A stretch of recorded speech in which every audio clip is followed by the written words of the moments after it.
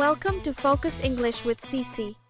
Hello, everyone. Welcome back to Focus English with Cece. I'm Cece, and I'm so happy to be here with you. And I'm Tom. It's great to see you all again. If you want to improve your real-life English, you've come to the right place. Tom, I'm feeling a bit of a chill in the air this morning. Me too. It's the perfect timing for today's topic, winter. Exactly. Today, we are going to dive into the golden vocabulary of the season. Are we just going to say, it's cold, over and over again? Not at all. We're moving far beyond the basics. So what's on the menu for our listeners today? First, you'll learn how to describe different levels of freezing weather with precision. That's great. What about staying warm? We'll unlock the secrets of winter fashion and the arts of layering. Very practical. Will we talk about fun stuff too? Of course, we'll cover the most common words for snow activities. And my favorite part, the psychology of staying cozy indoors. Whether you live in a snowy climate or the tropics, these phrases will help you sound natural. It's going to be a cool lesson, pun intended. Haha, classic Tom. But before we jump into the frosty details, we need your help. Please take a moment to subscribe to our channel and hit the notification bell. Your support keeps this channel growing and lets us create these free daily lessons. Are you ready to level up your English? Grab a warm blanket or a hot cup of tea. Let's get started.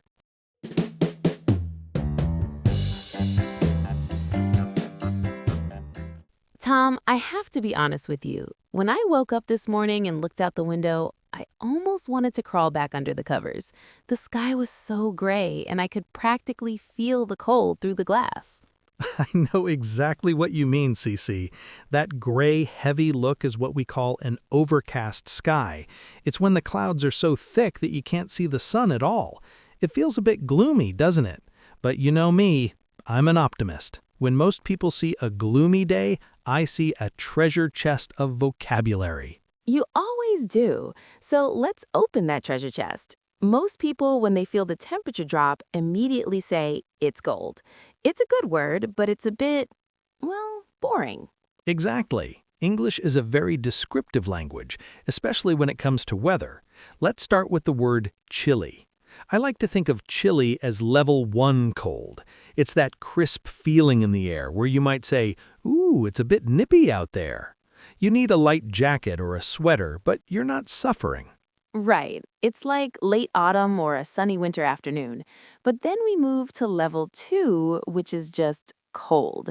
This is your standard winter day. But what happens when the wind starts blowing and your nose turns red, Tom? Then we move into freezing, or bitterly cold. Freezing is a very important word because it has a scientific meaning, 0 degrees Celsius. When it's freezing, water turns to ice. But we also use it as an exaggeration. If I walk outside without a coat, I might shout, I'm freezing, even if it's technically 5 degrees. And bitterly cold sounds so painful. It's like the cold is an enemy trying to bite your skin. It really is. Another great word for that is piercing. A piercing wind is a wind that feels like it's going right through your clothes and touching your bones. When it's that cold, you'll see people shivering. That's when your body shakes uncontrollably to create heat, and you might hear their teeth chattering. Let's talk about the ground because winter changes the earth under our feet. I love the word frost. It's so poetic. It is. Frost happens when the air is humid and the temperature drops. In the morning, you look at the grass or the trees, and they are covered in tiny, white, sparkling ice crystals. It looks like the world was decorated with diamonds or powdered sugar. But while frost is beautiful, it leads to something dangerous. Icy conditions. When that frost or any melted snow turns into a solid sheet of ice, the sidewalk becomes slippery. That is the #1 rule of winter. Watch your step.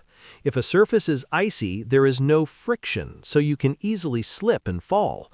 We often use the phrase black ice to describe a very thin layer of ice on the road that is transparent.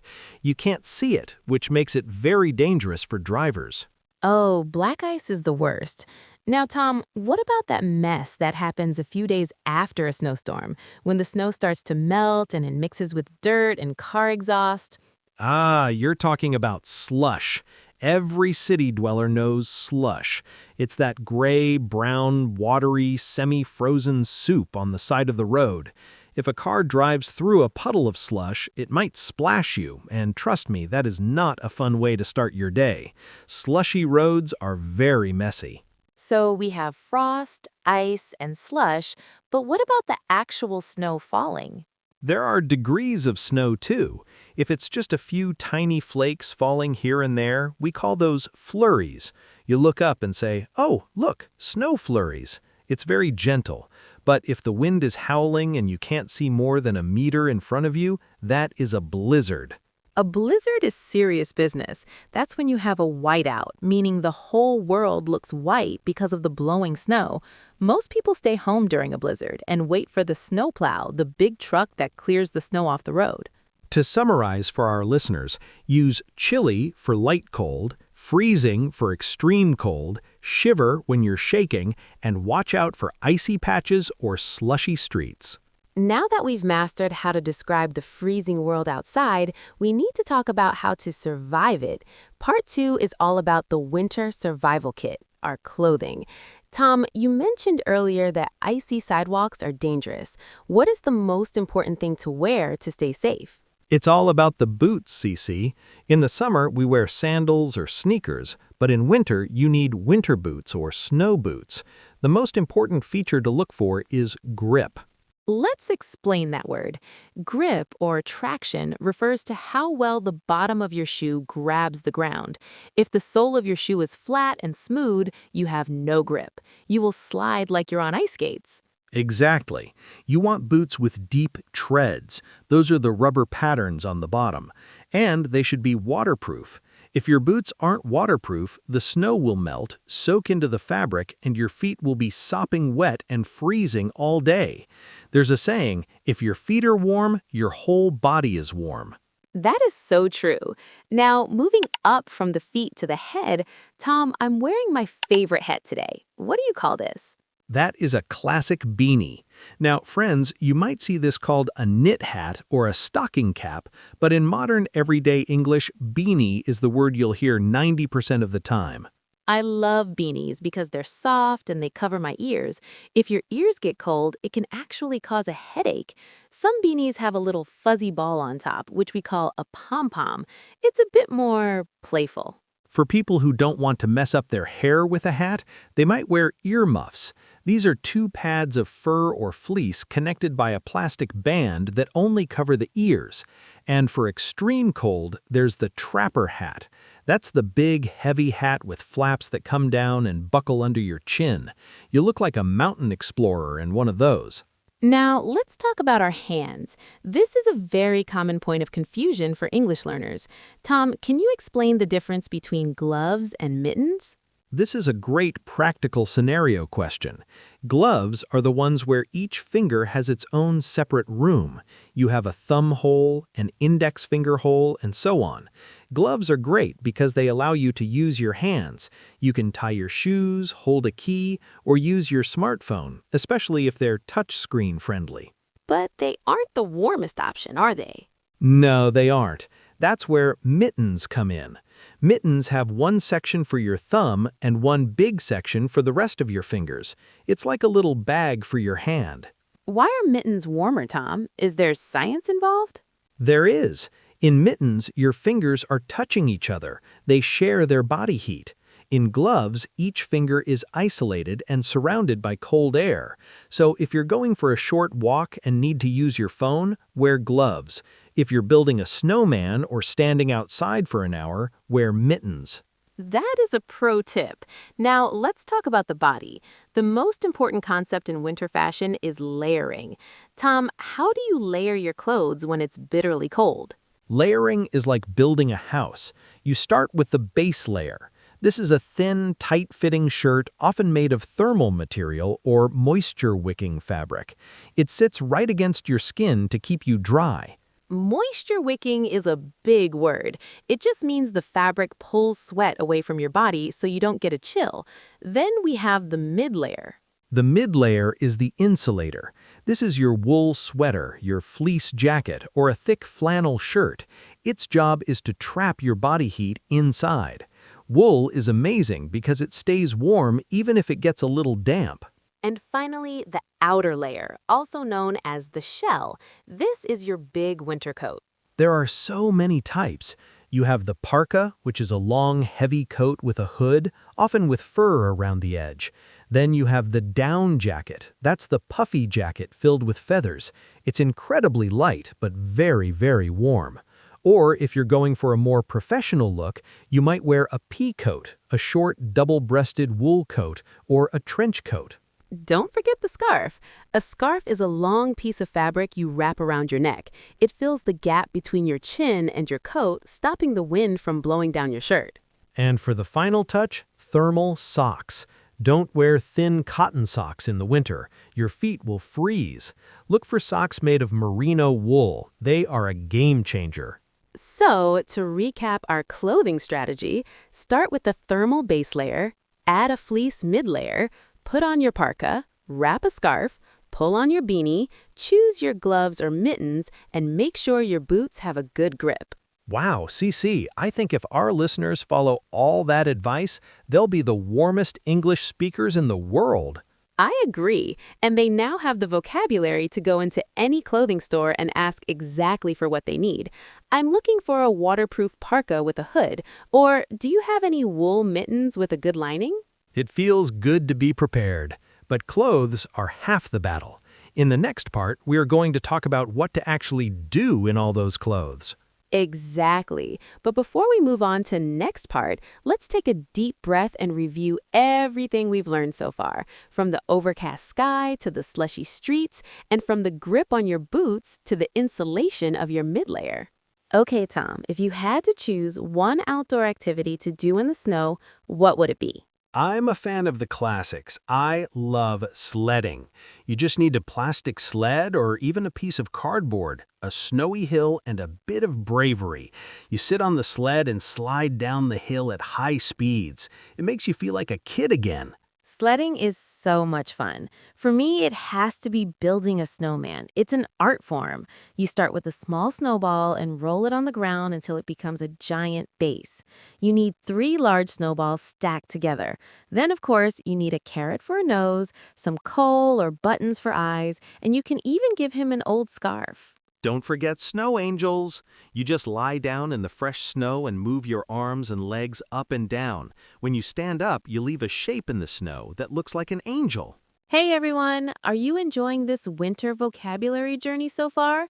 If you've learned a new word like slush or beanie, please hit that like button right now. It really helps our channel reach more English learners around the world. Also, we'd love to hear from you. Leave a comment below and tell us, what is the winter weather like in your country? Do you get snow or is it just chilly? Stay with us until the end because we're sharing some secret idioms that will make you sound like a native. Okay, we talked about sledding and snowmen, but some people like a bit more adrenaline. We have skiing, where you slide down mountains on 2 long boards, and snowboarding, which is like surfing but on snow. Both of those are great, but they require a lot of equipment. For something a bit more graceful, there's ice skating. There's something so romantic about gliding across a frozen pond or a city rink under the twinkling lights. Even if you fall a few times, it's part of the experience. Honestly, though, as much as I love the outdoors, my favorite part of winter is what happens after the activities. It's the indoor part. I agree. Coming back inside after your face is red from the cold is the best feeling. That is the perfect time for a movie marathon. Instead of just watching one film, a movie marathon is when you watch a whole series, like all the Harry Potter or Lord of the Rings movies in a row. And you must have a thick blanket or a duvet. You wrap yourself up like a burrito and just relax. In English, we often use the verb to snuggle or to curl up. I'm going to curl up on the sofa with a good book. And we can't forget the treats. A hot cocoa or hot chocolate with a mountain of marshmallows is the ultimate winter drink. Some people also like mulled cider, which is warm apple juice with spices like cinnamon and cloves. This transition from the active cold outside to the calm warmth inside is the heart of the winter experience. It's about balance. Tom, I've noticed something. In the winter, I find myself sleeping about an hour longer every night. Do you feel that too? Definitely. It's our natural instinct to hibernate. Now, in biology, hibernate is what bears do. They sleep all winter to save energy. But for humans, we use the word hibernate metaphorically. It means we want to stay indoors, move less, and rest more. It makes sense, since it gets dark much earlier, sometimes as early as 4:30 p.m., and stays dark longer in the morning. Our circadian rhythm tells us it's time to slow down. There is a beautiful word that describes the positive side of this: cozy. Cozy is more than just warm. It's a feeling of safety, comfort, and peace. A small room with a fireplace, a soft rug, and the sound of wind whistling outside, that is the definition of cozy. In Northern Europe, they have a famous concept called hygge, which has become very popular in English-speaking countries. It's the art of creating a warm atmosphere and enjoying the good things in life with good people. It's about lighting candles and having meaningful conversations. This is also why we call it the festive season. The word festive describes the joy, the decorations, and the excitement surrounding holidays like Christmas, Hanukkah, and New Year's. Winter teaches us that even when the world outside is dead or frozen, we can find a lot of life and light inside our homes. It's a time for connection. In the summer, we're always running around, going to the beach, and being busy. In the winter, we stay in one place. We talk more. We cook together. You mentioned cooking. Winter food is different too. We eat comfort food. These are dishes that make you feel happy and full, like a thick stew, a warm soup, or a roast dinner. These foods are like a warm hug for your stomach. However, we should mention one negative side of staying inside too much: cabin fever. Oh, that's a great idiom. Cabin fever is that restless, going crazy feeling you get when you've been stuck indoors for too many days because of a storm. When you have cabin fever, you feel like you just have to get out, even if it's freezing. So the goal is to enjoy the cozy moments, but make sure to step outside once in a while so you don't get cabin fever. It's all about appreciating the warmth because you've experienced the cold. Okay, let's talk about how to actually use this English in the real world. In many English-speaking cultures, the weather is the ultimate icebreaker. An icebreaker is something you say to start a conversation with someone you don't know well. For example, if you're standing at a bus stop, you could say, "Brr, it's really biting out here today, isn't it?" Exactly. And when you are saying goodbye to a friend or a colleague, instead of just saying bye, you can add a seasonal touch. Say, "Stay warm out there," or "Drive safely, the roads are a bit icy." It shows you care about their well-being. You can also use winter clothing as a way to give compliments. "I love that beanie. The color really suits you." Or, "That scarf looks so cozy. Where did you get it?" This is a very natural way to build rapport or good relationships with people.